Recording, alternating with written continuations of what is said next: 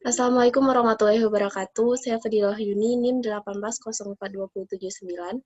Pertemuan ini saya akan memaparkan cara penggunaan uji statistik komparatif ANOVA, SPSS, One Sample Test, dan Two Sample Test.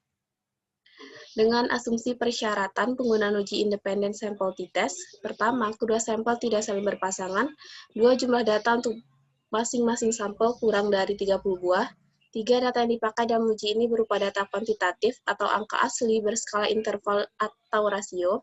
4. Data untuk kedua sampel berdistribusi normal. Dan terakhir, adanya kesamaan varians atau homogen untuk kedua sampel data penelitian.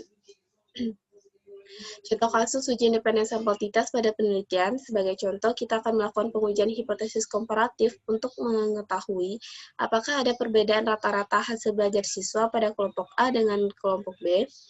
Misalnya pada kelompok A, guru menerapkan metode belajar dengan ceramah, sedangkan kelompok B, guru menerapkan metode belajar dengan diskusi.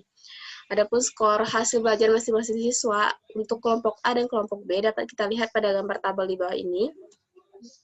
Dengan rumusan hipotesis penelitian komparatif, H0 sama dengan tidak ada perbedaan rata-rata hasil belajar siswa antara kelompok A dengan kelompok B, dan HA ada perbedaan rata-rata hasil belajar siswa antara kelompok A dengan kelompok B. Sebelum kita melakukan uji independen sampel t-test dengan SPSS, maka terlebih dahulu kita harus membuat kode untuk kelompok A dan kelompok B. Setelah pembuatan kode untuk kelompok A dan kelompok B adalah sebagai berikut.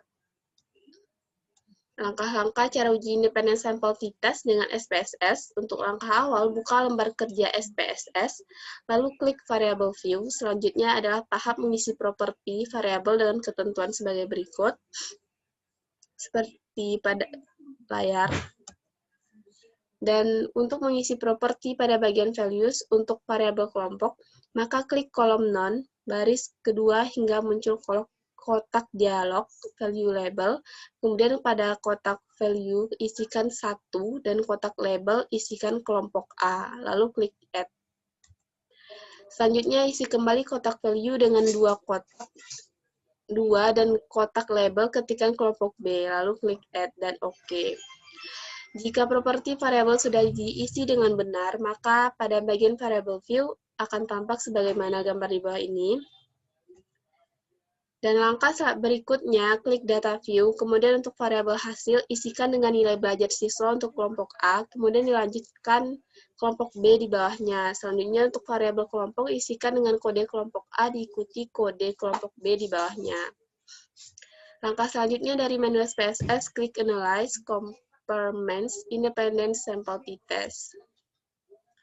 Lalu muncul kotak dialog independent sample t-test, kemudian masukkan variabel hasil belajar ke kotak tes variabel, lalu masukkan variabel kelompok ke kotak grouping variabel.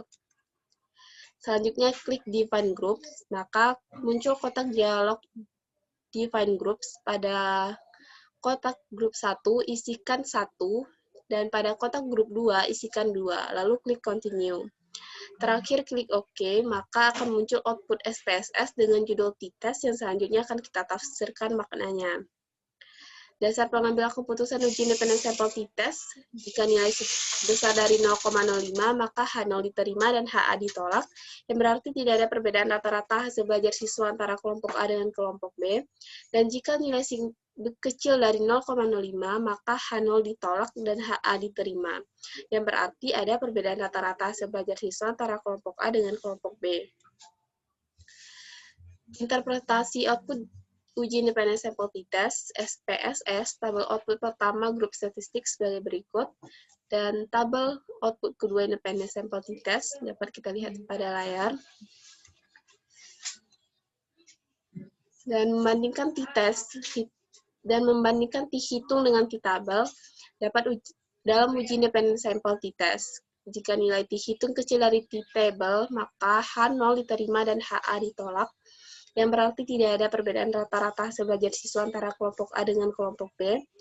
Dan jika nilai t-hitung besar dari t-table, maka H0 ditolak dan HA diterima, yang berarti ada perbedaan rata-rata hasil belajar siswa antara kelompok A dengan kelompok B. Dengan melihat tabel distribusi nilai tabel, dengan demikian, nilai dihitung sebesar 2,419 besar dari di tabel 2,6262, maka berdasarkan dasar pengambilan keputusan melalui perbandingan nilai dihitung dengan di tabel, dapat disimpulkan bahwa H0 ditolak dan HA diterima, yang berarti ada perbedaan rata-rata hasil belajar siswa antara kelompok A dengan kelompok B, atau dengan kata lain, penerapan metode belajar ceramah dengan metode belajar diskusi oleh guru akan menghasilkan hasil belajar yang berbeda.